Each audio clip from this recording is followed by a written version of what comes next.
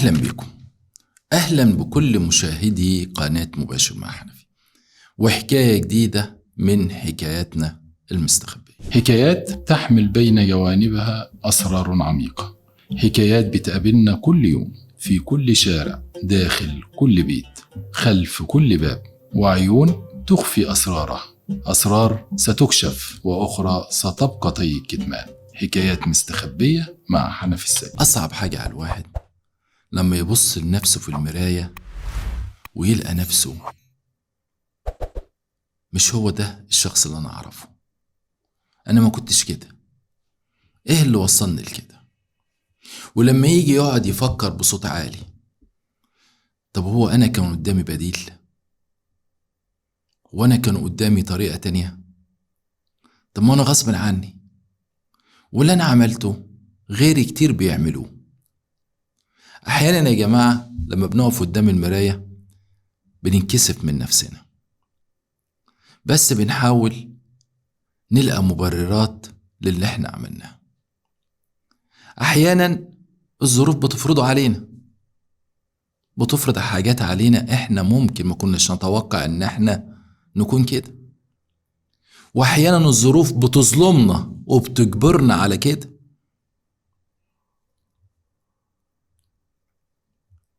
لكن احيانا يا جماعة ما بنبقاش عاملين حاجة غلط وغيرنا بيعملوها وما فيهاش حاجة، بالعكس ده الواحد ممكن حتى وهو قاعد في وسط اصحابه بيضحك ويتنضر على اللي بيعمله لانه عادي، بس بيبقى عادي من غير رضا، بيبقى الواحد زعلان.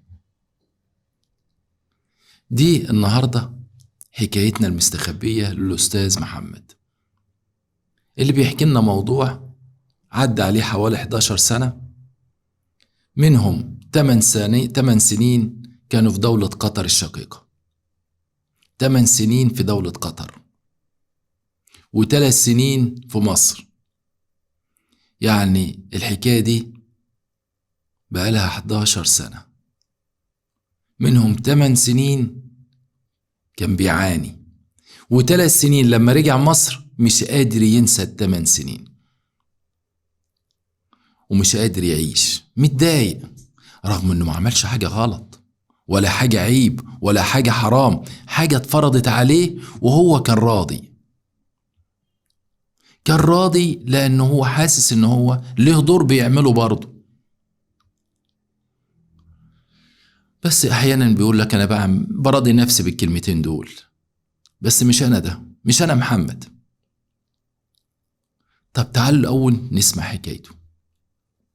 وزي ما احنا عارفين في حكايات مستخبية احنا ما بنقولش حلول، ولا بنقول حتى لو كنا مكانك كنا هنعمل ايه، لا، لان الموضوع ده خلص انتهى.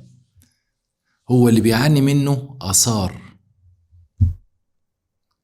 جواه اتنقشت جوه قلبه وعقله. عايزين نقول رأينا في حكايته. ليه حق ان هو لما يبص لنفسه في المراية يكون متضايق، ولا هو مكبر الموضوع وعادي ما كلنا بنعمل كده احيانا؟ تعال نسمع الأستاذ محمد وهو بيحكي حكايته، ونكتب رأينا في الكومنتات. السلام عليكم. أنا معايا بكالوريوس زراعة جامعة القاهرة. دخلت الكلية عشان المجموع هو اللي دخلني كلية الزراعة. أنا كنت أتمنى زي كتير لما بيدخل ثانوية عامة بيتمنى يدخل قسم علمي عشان يجيب مجموع ويبقى دكتور، بس أنا للأسف ما جبتش مجموع، والتنسيق وداني كلية الزراعة. كنت داخل الكلية وأنا عارف إن لا شغلة ولا مشغلة، وإحنا عندنا زراعة دلوقتي، ده إحنا بلدنا كلها اللي كانت فدادين خضرة من أول القطن للبطاطس لقصب السكر، دلوقتي الأرض عندنا كلها بقت مباني. زراعة إيه؟ ده حتى كلية الزراعة دلوقتي الدولة نفسها مش مهتمية بيها. كنت عارف إن هتخرج وأقعد في البيت أو أشتغل أي حاجة، وفعلا خلصت كليتي وخلصت جيشي وقعدت.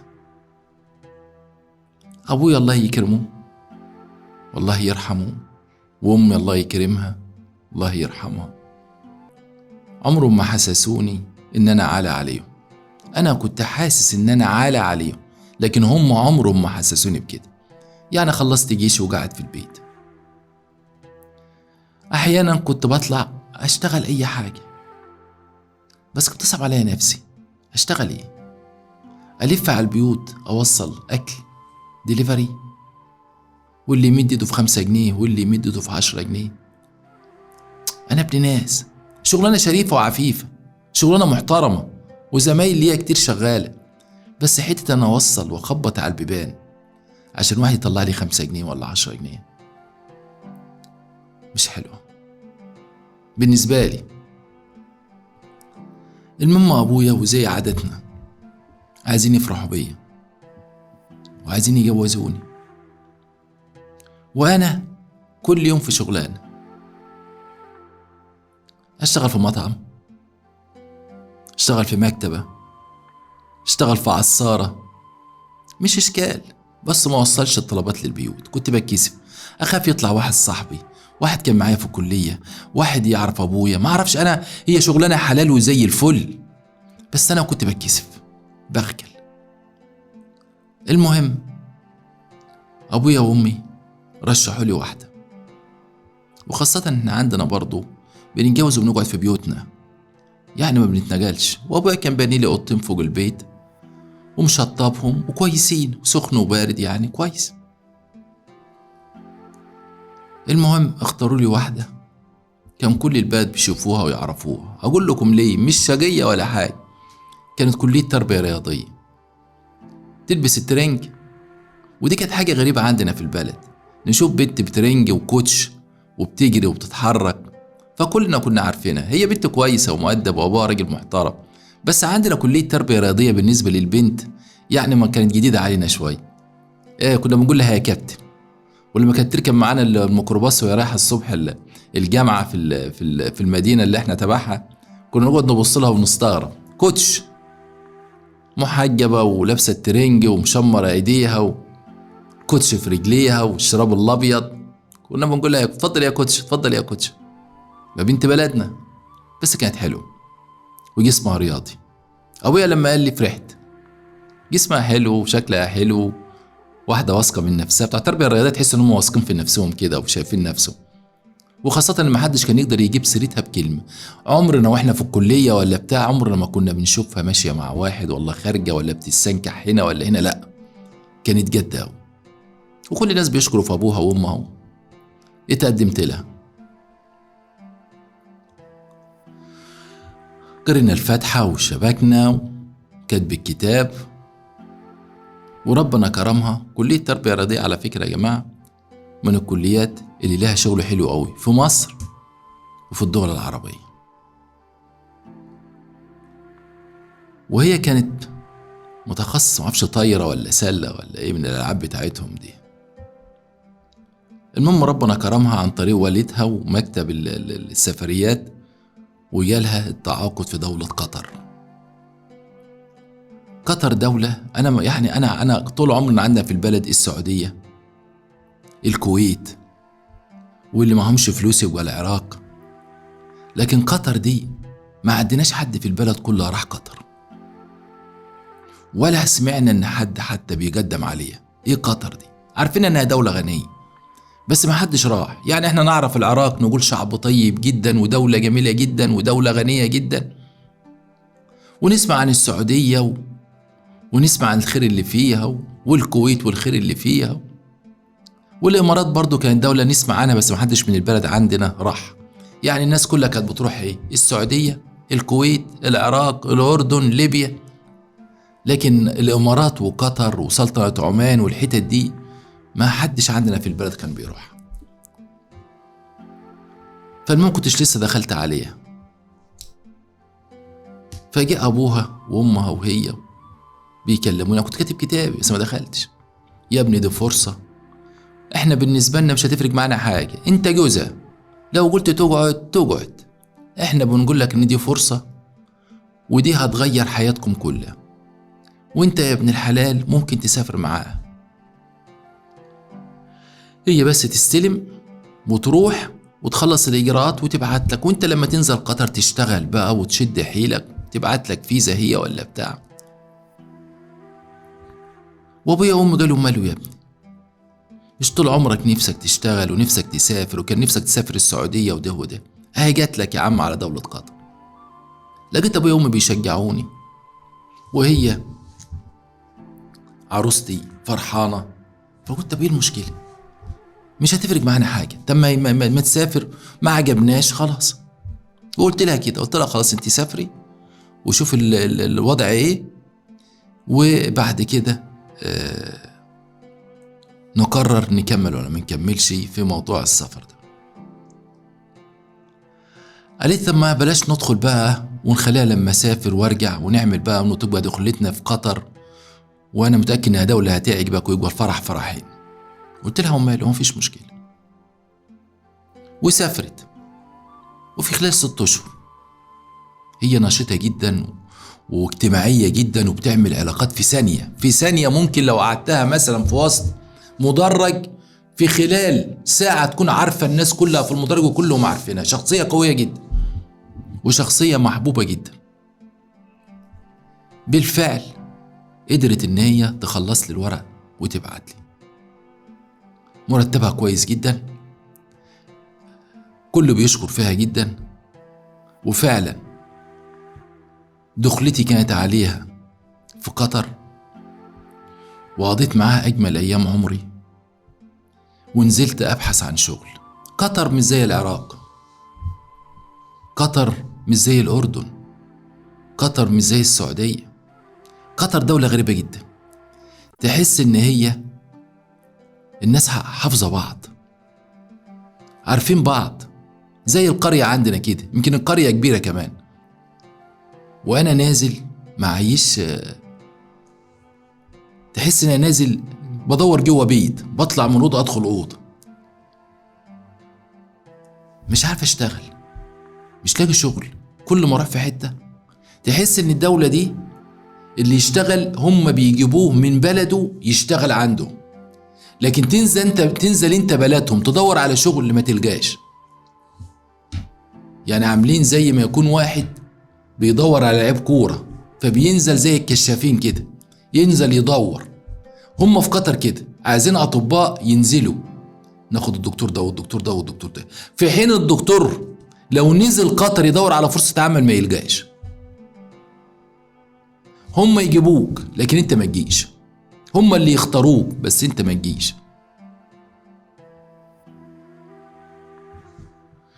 شهر 2 3 بنزل الف، وبعدين بلف فين؟ البلد كلها اهي مفيش شغل. وفي نفس الوقت مراتي كل يوم بتنزل تشتغل، مراتي بنت اصول بأمانة الله. الفلوس تيجي تقول خد الفلوس، لو عايز شوف هي بنفسها، لو عايز تبعت فلوس لابوك وامك الفلوس قدامك.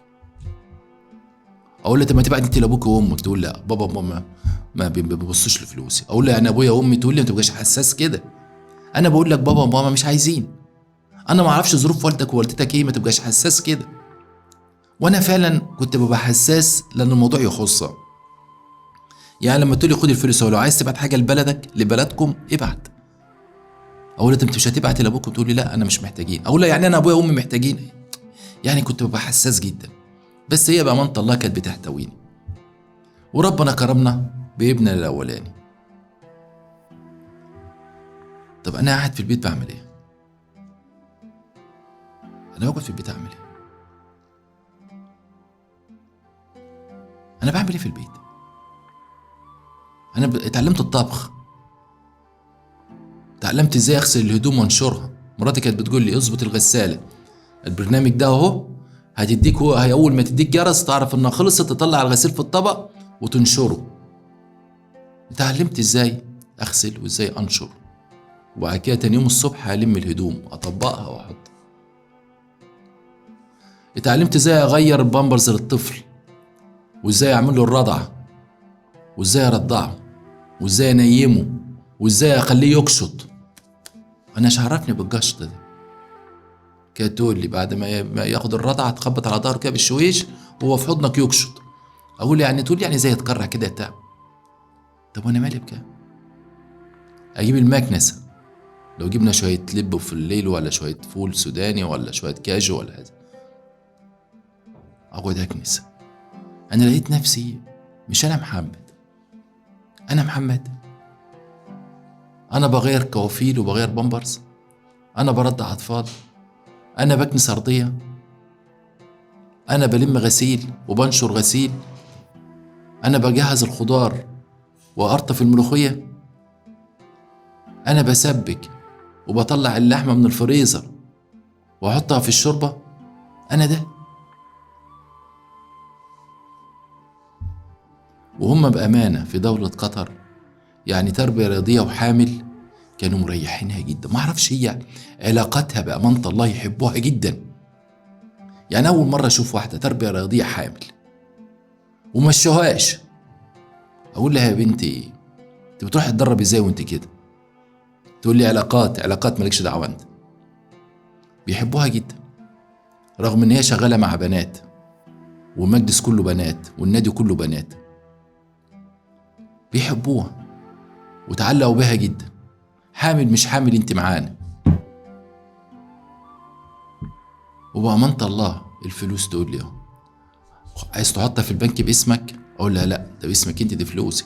تقول لي ما تقوليش الكلمه دي، فلوسي وفلوسك واحد. هي كانت بتحس ان انا برضو محرج رغم ان انا كنت بدور على شغل صبح وليل. بس لما جه بقى الواد ما اقدرش انزل اسيبه فين واروح ادور على شغل.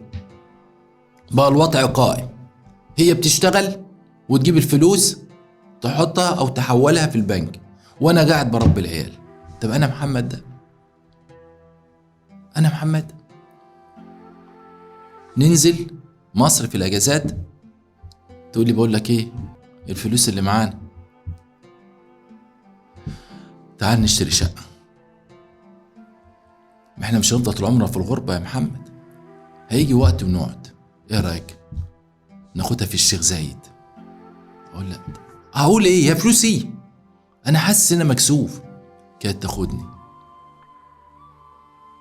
نروح نتفق مع العماره الشقه اللي هنشتريها. تقول لي اكتبها باسم محمد. اقول لها باسم انا ليه؟ باسمك انت. تقول لا اقول لها لا باسمك. وانا صمم اصلا بانهي عين تتكتب باسمي. يعني انا بانهي عين تتكتب باسمي؟ تتكتب الشقه باسمها. طب ما احنا لازم يكون لنا ارض في البلد يا محمد.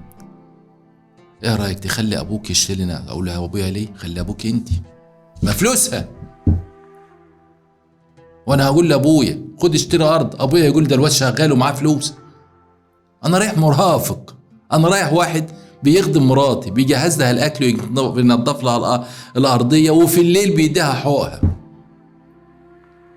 انا برضع الواد وبغير له البامبرز واحطه على كتفي علشان يرجع ويقشط. انا طول ده. وابوها فعلا اشترى 5 فدادين. عملنا فلوس كويس 8 سنين. شوف انا بقول عملنا ليه؟ كانت تقول لي انت شريكي.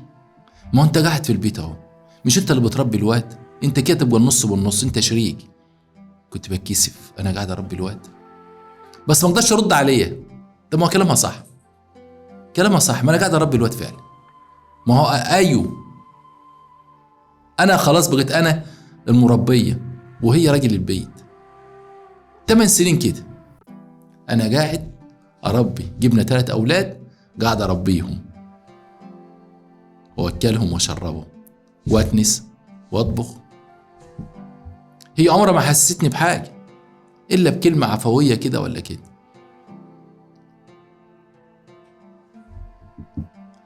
المهم عدوا ال8 سنين وانا سني دلوقتي داخل على اكتر من 32 سنه. طب هشتغل ايه؟ هشتغل ايه؟ نزلنا مصر قالت لي عايزين نعمل مشروع، ايه رأيك نشتري محل ونعمله سوبر ماركت كبير او مخبوزات؟ انا لا افهم في السوبر ماركت ولا في المخبوزات، بقيت واقف كده زي الولاية، وانا مش بجيب حاجة، الفلوس كلها بتاعتها. اي نعم هي ما بتحسسنيش بكده، لكن هتكلم في ايه؟ هي صاحبة راس المال. قلت لها ليش شوفي، ما هو في جميع الاحوال انا افهم، انا راجل خريج زراعة و8 سنين بطبخ وبغسل وبكنس وبحط الواد على كتفي عشان يقشط، افهم ايه؟ فعلا فتحت محل كبير هايبر كده، كانت بتقول عليه هايبر. شغال انا فيه، انا المدير، بس راس المال بتاع مين؟ هي عارفة وانا عارف ان انا مرمطون، ان انا بشتغل بفلوسها او موظف عندها. صحيح عمرها ما جات لي خد مرتب لان الفلوس قدامي، والمحل انا اللي بجيب البضاعة وانا اللي بنزل انا كل حاجة بامان. بس الواحد لما يقف قدام نفسه في المراية بقى هو ده محمد اللي كان بيحلم في الثانوية العامة يكون دكتور وعنده عيادة وعنده عربية وعنده عمارة، الخمسة عين، عمارة وعيادة وعربية وعزبة، 5 عين. بقى ما عنديش ولا عين، بقت عيني مكسورة. مراتي هي اللي عملت كل حاجة، هي اللي اشترت الشقة وهي اللي جابت العربية وهي اللي فتحت المشروع. هي قاعدة في البيت دلوقتي، انا نسيت مش عايز اشتغل رغم اني لسه شاب، مش هشتغل. انا اللي بشتغل، بس لما بقف قدام المراية بتضايق والله. انا محظوظ بمراتي، واحدة تاني لما كنت اتخانق معاها كانت ممكن تعايرني، انت نسيت ان الخير ده كله بتاعي، انا اللي جيت وانا اللي تعبت، انت كنت بتعمل ايه؟ كنت بترضع الواد؟ كنت بتخليه يقشط؟ هو ده اخرك كنت بتعمل؟ انا اللي جبت الفلوس؟ لا ابدا. طول عمرها هتقول لي انت شريكي، فلوس دي تليك فيها النص. عمرها ما جرحتني بكلمه، وامانه الله واحنا راجعين كانت تجيب لابويا العبايه ولامي العبايات وتجيب لاخواتي. بصراحه يعني لا، بنت اصول، اللعيبه ما تطلعش منها. خدي بعت لاهلك فلوس، لا مش هدي فلوس. كانت هي تيجي خدي يا ماما خدي يا بابا، يا بنتي الفلوس ده كله ده خير محمد. بنت اصول. بس انا قدام نفسي ايه؟ بغشط الواد، بخليه يقشط على هدومي، يقعد اغير في الترنج اللي ابقى لابسه، وانا اللي بغسل. لدرجه اقول لكم على حاجه والله العظيم زي ما بقول لكم كده، لما كان يوم اجازه تبقى قاعده في البيت القى نفسي اقوم الصبح ادخل المطبخ اغسل المواعين بتاعت الليل لو في مواعين وانضف. اتعودت، بقيت ست بيت محترمه. ايوه، تبقى هي نايمه اتعودت اقوم انضف واكنس ولو في حاجه في الغساله وانشر واجهز الفطار. تقولي طب ما في اليوم ده انا اجازه، انا اعمل لك الاكل. اقول لها لا اسكتي انت، خلاص اتعودت. تدخل المطبخ اقول لها لا انا بطبخ اهو، خلاص اتعودت. بقيت ست بيت مظبوطه، انا ست بيت محترمه، تاكل من ايد المحشي وتاكل من ايد الخضار احسن من اي ست. يا خساره يا محمد، خلاص اتعودت على كده. حتى لما نزلنا مصر بقينا 3 سنين بقيت بنزل اروح الهايبر، وحشني الغسيل، وحشني الطبيخ، وحشني الواد يقشط على كتفي. خلاص بقيت واحدة ست بحب شغل الستات. 8 سنين. هو ده محمد؟ معرفش، غيري ممكن يكون محظوظ يقول لك ما انا كنت معاها، كنت ايدها اليمين والشمال، هي كانت تعرف تعمل حاجه انا اللي كنت قاعد لها بالعيال. وده لا عيب ولا حرام، بس انا مش هو ده، مش انا الشخص ده. ده انا كان عندي حياء، كنت اتكسف اخبط على حد اوصل اكل او شرب. جم اقعد 11 سنة في خير مراتي تصرف عليها وتوكلني وتوكل عيالي؟ ما اعرفش. هل الظروف فرضت كده؟ انا عارف انه مش عيب ولا حرام، بس مش هو ده محمد. قلت احكي معاكم لان انا بقالي 3 سنين بعد ما جيت مصر بتكسف ابص لنفسي في المراية. عندي حق ولا ما عنديش حق؟ ودي حكايتي، دي حكاية الأستاذ محمد. يا ترى الواحد لما يروح يساعد مراته فعلا، بس انه يقعد في البيت وتنقلب الأدوار، لا هو عيب ولا حرام، بس الواحد بيحس بالخير، عنده حق ولا لا؟ ودي حكايتنا النهارده. بكرة من نفس المكان وفي نفس الساعة والأوان هيكون معنا حكاية، وبرضه حكاية مستخبية.